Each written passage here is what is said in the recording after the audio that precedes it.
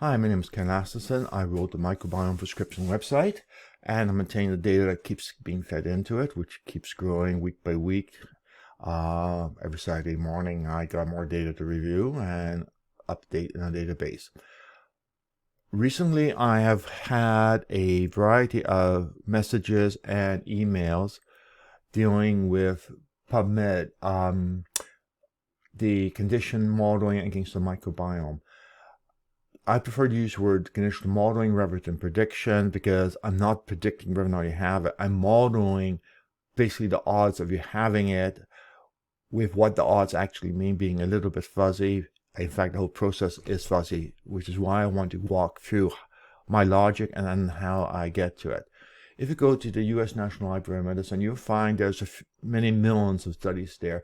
A few thousand of them deals with microbiome shift for a variety of medical conditions. There's a bunch of gotchas with it because one case study is for people with diabetes who live in China. Other cases, people with diabetes who lives in rural Africa. Another one is people with diabetes who lives in Italy. 3 different people, all different diets, all different ethnic and genetic backgrounds. And sometimes there's agreement, and sometimes there's disagreement over what the microbiome shifts are seeing, which is the result of the diet and their DNA inheritance. So the result is, first thing off, we have fuzziness in the data as to what the data should be. But that's something which I'm accustomed to dealing with, unfortunately, and it's not a showstopper. Good argument for saying no, ignore this data. Yes, it's very valid, but I prefer being positive rather than negative and working forward with it. So we then hit the next problem. Different studies, besides dealing with different ethnic groups and different diet styles, we have them also using different labs, and each lab reports bacteria differently, or I should say each lab uses different mechanisms to identify the bacteria involved. And that is actually a far worse problem than you can possibly imagine. I have written about it in a blog post back from 2019, 3 years ago. It's a taxonomy nightmare before Christmas because that's when I wrote it, and a suitable title. Second thing is, most of the studies detect the abnormalities by comparing the average of patients with the average of healthy control. So the averages are statistically different. Okay, so is it a little difference but statistically significant, or is it a big difference that's statistically significant? Most of the time, we really don't have clear information about that. Often differences can be a small percentage. Also, the problem is, yes, the average is different, but is that because a percentage of the people with the conditions have very high values, pushing up the average, but 80% have the same values? We end up with a absolutely delightful set of what ifs which we can use. Again, you can use them to be very negative, to say, no, the results aren't good enough, we ignore them. Oh, if the results aren't good enough, what are you going to use for data? There's nothing. Oh, we have to wait. Okay, that's nice. So you procrastinate or you dodge the question. I'm trying to be positive and go somewhere with the data we have. Maximum utilization of the data. So let's go on and take a look. Here's an example of my site, and this is for irritable bowel syndrome. As you see, there's 34 different citations found, and there on each one of these citations says something about the bacteria seen with irritable bowel syndrome. We have 34 studies. There's a good amount of studies, so that is positive. So we have a fair amount of confidence. Other cases, we have only 2 or 3 studies, which is not as ideal, but it's what we have. Again, I'm trying to exploit what we have as best as we can. Now we come to the real nasty, the lack of studies. This comes from the National Institute of Standard Technology of the US. It points out the problem that different labs, and sometimes they may use the same equipment, but they use different software, will come up with different answers. So your Ombre labs and your BiomeSite labs actually uses the same equipment, produces the same FASTQ file, but they use different software to interpret the FASTQ file. And I've taken the same FASTQ file, gone to other providers of software, and they give different answers. So, welcome to the world of many names for the same thing. For example, it's a potato or potato or pomme de terre, which is French, or kartofle, which is Danish. All of those means the same thing, potato, but we have 4 different words for them, spelled differently, except for potatoes. So we have more challenges in terms of doing things. In other words, it is not a cut and dry. It is dealing with fuzzy information all over the place. Doctors' AI artificial intelligence solution is using artificial intelligence techniques, and we use a Bayesian approach, which is we end up with probabilities of events happening, which means, okay, so t-SLAP says you high here, t-SLAP says you low here, and we start calculating probability, rather naive probability, but at least we now are able to digest all the divergent number and have a reasonable chance of getting us a same outcome from them. Basically, our approach is simple. If the study says it's higher amount, if you have over a X percentile, we deem it to be a true estimator. If the study reports a lower amount, then if you're below a certain percentage Y, we deem it to be a true estimator. There are a few studies which actually report something which was very interesting. Basically, the amount was abnormal. So the population, one subgroup was actually higher, and one subgroup of the people with the condition was lower. So we have a split decision. And we apply the same rules because we don't know which subgroup the person could fall into. And in general, when you deal with subgroups of a condition like IBS, which you may or may not have studies always identifying a subgroup, or use different criteria for the subgroup. Again, more and more of what I absolutely frustrated with, but know how to handle fuzzy data. So what we end up doing is we get these estimators. For a particular sample, we calculate how many of these estimators are true. So we get a number, 45 of them are true. And we now do the same thing for every single one of our several thousand samples and see how many of them are true. And we now create a distribution. This distribution gives us a percentile, as in, oh, you have 90% more matches than everybody else, or you have 2% more matches than everybody else. It gives a percentile.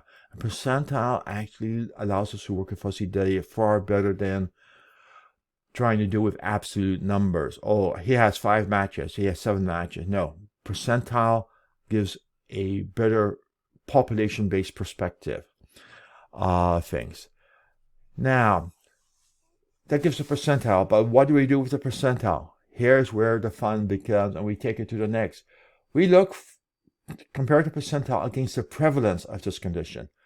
If this condition happens in 70% of the population, and you're at the 50th percentile, there's a good chance statistically that you have it. Doesn't guarantee it. It's not predictive. It just indicates you have a pretty good chance of doing it. Central limit theorem and a bunch of other things come into play. So we now look for the prevalence of it. Now, the prevalence, we have the same issue which we have with everything else. Studies coming from different population, different diets, different medical systems, different criteria for detection, etc. So, for example, IBS, there's a Rome criteria, and there is ad hoc criteria, which perhaps is used by naturopath. Not the same criteria, etc., which means this fuzziness. We are comparing apples to oranges to watermelons, and trying to say how much does the average fruit weigh. We have some problems there, but we again try to go forward and work with the data as best as we can. So if we find from the literature how often a condition seems to be in the population. You can just do a Google search, take a condition, look for the word prevalence, and see what numbers come back. And there's some variation there, but usually they are around the same numbers. So if we have a condition that has a 5% prevalence, and a person is at 95th percentile, that is, they are very high in the matching to the bacteria and other things compared to other people. It may only be 18 out of 45 bacteria, but compared to other people, they are 95th percentile, which suggests the person has a weak chance of having the condition. They're borderline. Okay, you may want to simply raise a question with your MD to see if there's any easy, cheap tests to qualify whether or not you have it or not. Nice and simple. Or you may want to look at yourself. Some cases you may have the condition, but you may not present with all the symptoms, which would usually cause the MD to be concerned about it. If you are at a 98th percentile, this suggests you probably have a strong chance. A key word again is chance. It's not predictive. It's just increased probability of having the conditions. And again, you may want to discuss it with your MD. You may have to take him through the whole process of how we're doing it so he gets the logic of it. And a flip side, if it's a 5% prevalence and you're sitting at a 2 percentile, then there's a really strong chance you don't have the condition. But you may have a diagnosis of the condition. And what that does, it hints there's a chance it could be a misdiagnosis, which again is a question you should raise to your MD. Is there a chance that I look like a condition, but I don't actually have it? And again, the logic is there. Again, all these is almost a bit like an insurance policy. It's just saying, okay, or accounting policy. Does your taxa agree with your diagnosis or not? And if it doesn't, then something is off somewhere. Where, we don't know for sure. So, bottom line, this is a logical model that attempts to estimate of a likelihood, not predictive. We are attempting to use available data, which has tons of issues and challenges to it. Different definition of diagnosis, different population being used, different diets, blah, blah, blah, blah. You can nitpick it into, oh, we can't do anything with it. Which is, yes, but usually that's somebody who's just trying to dodge having to deal with what the data is suggesting. What we have done is we have applied a logical and statistically consistent manner using artificial intelligence methods to the data to attempt to glean more information from your microbiome, which hopefully will help you and may help stop some issues from progressing too far. Gives you opportunity to ask questions early rather than late. So that's basically it. Let's go over and look at the pages. I'm going to do 2 runs. So the first run is what you will get if you come in without logging in. Second one is with what happens if you have a login and you have a appropriate 16S based sample or shotgun sample in order to do improved prediction of probability. So let's start. Information is under information from studies right there. And what we have is we have the name conditions. We were talking about irritable bowel syndrome right there. We have here, if you click here, I'm just opening it in a new tab. We have as we saw earlier, we have the list of publications with links to the publications. So you can go and read and check, or if you want to, you can read, check, print off the study for your MD. I find it's very effective to walk into an MD's office if you have a concern and have 3 or 4 studies, not more than this 5, 3 or 4 studies backing your point coming from PubMed. It tends to buy credibility, and it's not dismissed as, oh, well, he heard that on the internet. It's just noise. No, it's there. So 34 citations, and they are listed here. If you're logged in, you can get to see all of them. If you're not logged in, you only get a sampling. Trying to encourage people. So that's the first thing you have there. And now we go back to there and we look at taxons. And what we have here is we'll open a new tab. And here we have all of the bacteria involved. Here, whether or not it's high or low, and some cases you see all the studies are consistent. Other cases, you see only one bacteria was reported in one case. Another case, you have one thing which is high in some and low in there. Again, click here. We'll take you and show you the studies. So you can go and dig in. Distribution is the distribution of the bacteria. So you have more information. Again, everything tries to be absolutely open. So everything is there if you want to check anything. Candidates is basically assuming somebody has all of the shifts reported, what would be the best thing, and it goes and it makes suggestions. So if you don't have a 16 sample to get a detailed prediction, it gives you a set of suggestions which are generic for the particular condition based on those studies. So not ideal, but if you have nothing else, it's better than not having anything. And then we got test ranking, which is useful if you want to figure out which tests to use or not used. And what we have is of all the bacteria listed, we see what percentage to different labs reduce. For example, we have 5 reports on 94% of the bacteria which are being identified. The other bacteria they don't report on, biome site is way down at 86%. So if you're working with it, you probably want to use the Thrive data rather than the biome site. And then you get down to things like GI map, which is, or wherever it is, GI map only reports on 20% of the bacteria. In other words, 80% of the bacteria which are being reported abnormal with irritable bowel syndrome is not reported on GI map as a deficiency of the product. So it just basically gives you indication of what is the best one. And here we have, if you process through 5 and biome site, you get up to 97%.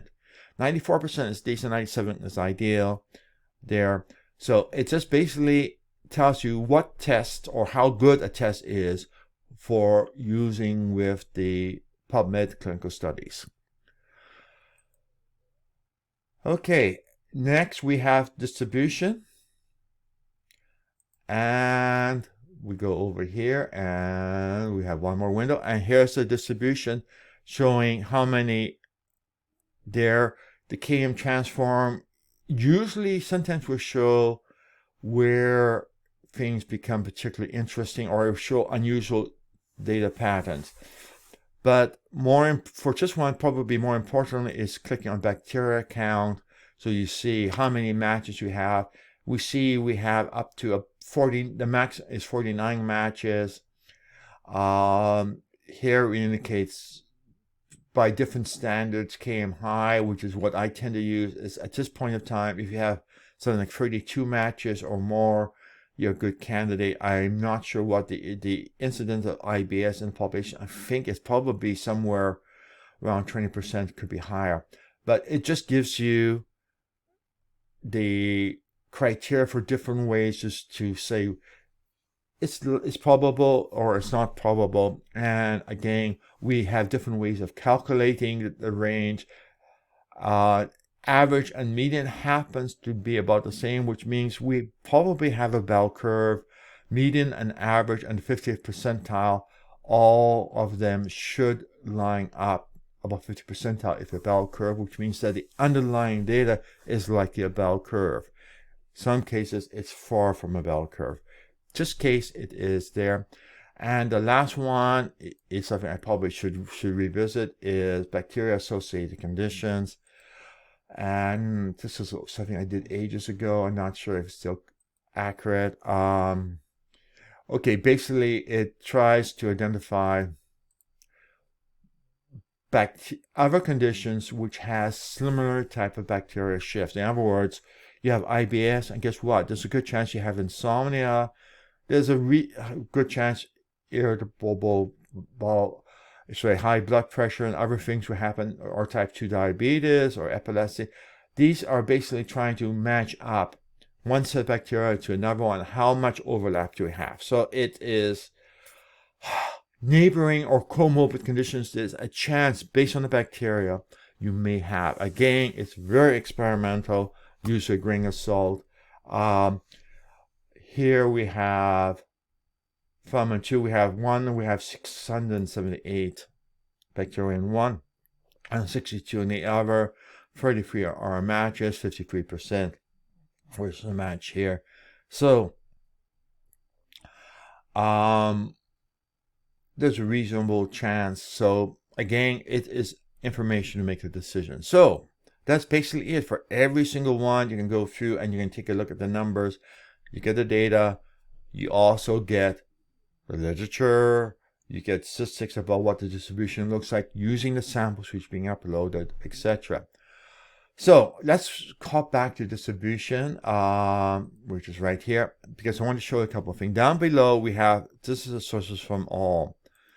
You can go and say, okay, wait a minute, I want to look at how well Biomosite does. So Biomosite here is there, and we'll flip over to bacteria. So these are numbers done only from samples which were processed through Biomosite. We can go over and take a look for Ombre Labs. And we have the same thing, and you can take a look here. So what we have is we have percentiles relative to people from the same lab. If your lab is not one of these, then we don't have enough samples to be able to do it. So you can go through and see what the different charts are. And I've been trying to make things lab specific, again, because of the taxonomy nightmare before Christmas issue, so that everything is lab specific, because you get better results usually with that. So that's basically the base point. Now let's go in and log in and see what happens.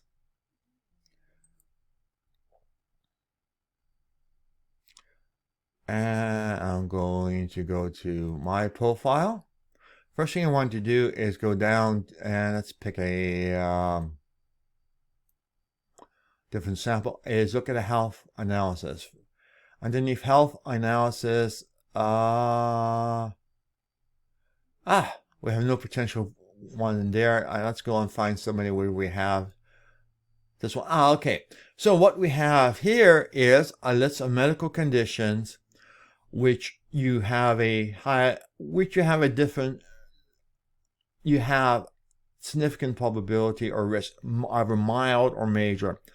Let's take a look at the first one, Crohn's. You're sitting at 98th percentile. You're way up there.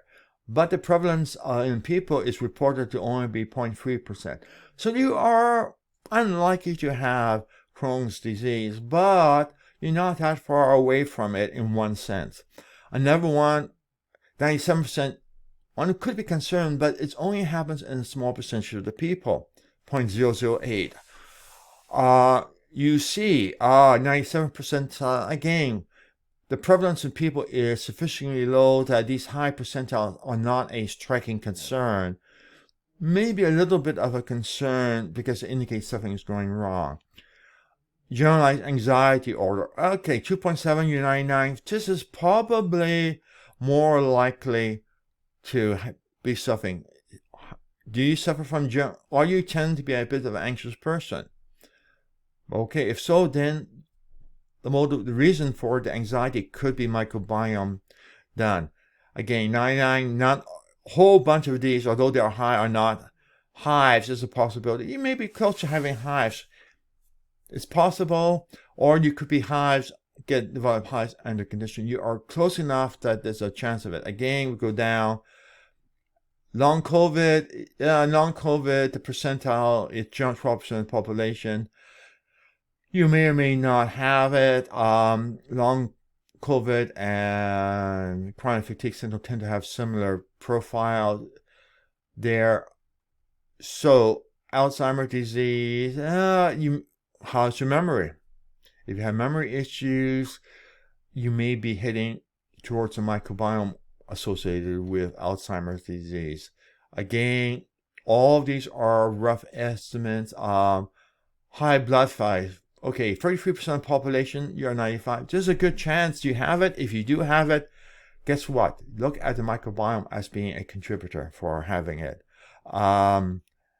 Acne, 47% of the population have acne. If you have active acne, you may be, the microbiome is a factor. Obesity, again. So basically, it is a reduced sense of things, and it gives you there. Now, let's take a look at one of them. Let's take a look at, what's a good one? ADHD. That's a good one. Let's click here. And we go over back to the same page as we had before. There's one difference on the page. Where you are is sitting on the page. So you can see and compare it to other people. And we notice we have all, because American gut isn't one of those things which we have sufficient. So let's go back here. And let's go to, back here, and let's go,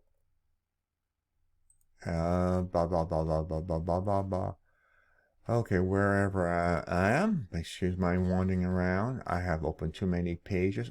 What I'm going to do is just close everything and do a refresh, which takes me to login. So, this particular sample, we have none of the labs being used as specific. So give me a second. I'm going to log in with another sample. And I've logged in with a sample site, which is actually, I'll be doing a post on the same person today. And we can go in and go into health analysis, and we see the conditions associated there. The Barrett esophageal cancer is one which recently somebody has messaged me about. The problem with this one is all the study is not from the fecal bacteria, but from sampling in the esophagus. Now the esophagus is upstream from the microbiomes, so we would expect some bacteria to carry through and things should be reflected in there. But this one is me pushing the limits for what we could infer. Basically, I'm using upstream data on downstream process, mainly because it is downstream. It is, I would say, generally weak. But let's go in and look at high blood pressure or high blood fats. And there we have, let's go over the bacteria count. And I may have a bug. The percentile should have been up over here, so I need to go and figure out what the problem is. But basically, that's it. That's all. Let's go over to biome site, and we see it has moved up, and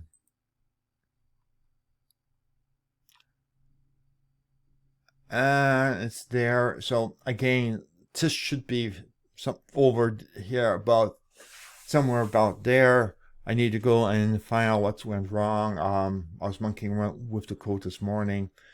So that's basically it. Again, you can be specific there. So that, I think, is the long and the short of it. Oh, one other thing, changing bacteria. And if you go to the very bottom, you will find most, if not all, of the items listed there. There gives you percentile and how many match you have out of it. For example, GERD, you have 4 out of 23, you're 62 percentile, but it's only 4 out of 23. Again, the problem is we're dealing with all sorts of different fruit in a basket, and we're trying to say, oh, how much does the average basket of fruit weigh? What's the cost of the average basket of fruit? And the randomness of the data is a bit of a problem. But it means that if you want to go down there and take something, for example, let's say GERDS, which is not particularly bad. Go here, click here, and click here, and you get your suggestion. And we have the bacteria which are picked, and then a suggestion based on those bacteria. I noticed some inconsistency with numbers, so I've got some more debugging to do later today as to why we're getting different numbers at different spots. Oh, wait a minute, I know why. Because here I'm filtering by family, genus, and species. Some of the matches are higher than that. They're matches at the order or the column level or the class level, which is why suddenly I'm down to 2 instead of the stack, and I will go and change the other page to use everything rather than to subset, so we get better, more consistent result between pages. It's not a bug per se, it's just that the criteria being used is not reflective of the data being reported on the prior page. So some corrections or some adjustments to do on the website, but I think that basically covers everything I wanted to do in terms of explaining things through. So you see how things are done there. I need to get just a little bit of mischief done. So be aware that these items are based on all of the ranks, taxonomy ranks, and if you go to just one at a moment before I made the correction, you will get only some of the ranks being used, which may mean suddenly you only get 2 items listed as being picked when 4 items are specified here. I will get that fixed shortly. Site is always unsighted evolution, so I apologize. So that's basically it. Key thing, we're dealing with data that's fuzzy from different parts of the world with different diets. We are using different labs, using different interpretation. The lab reports are saying high or low, and they can be high or low because only a subset happens to be extremely high, or a subset of the people with the condition are extremely low, which means we're having a general Pandora box or witch's brew of inconsistent data across the thing. And what I've done is I use fuzzy logic Bayesian techniques to get the best estimate we can given the lousy data we have to work from.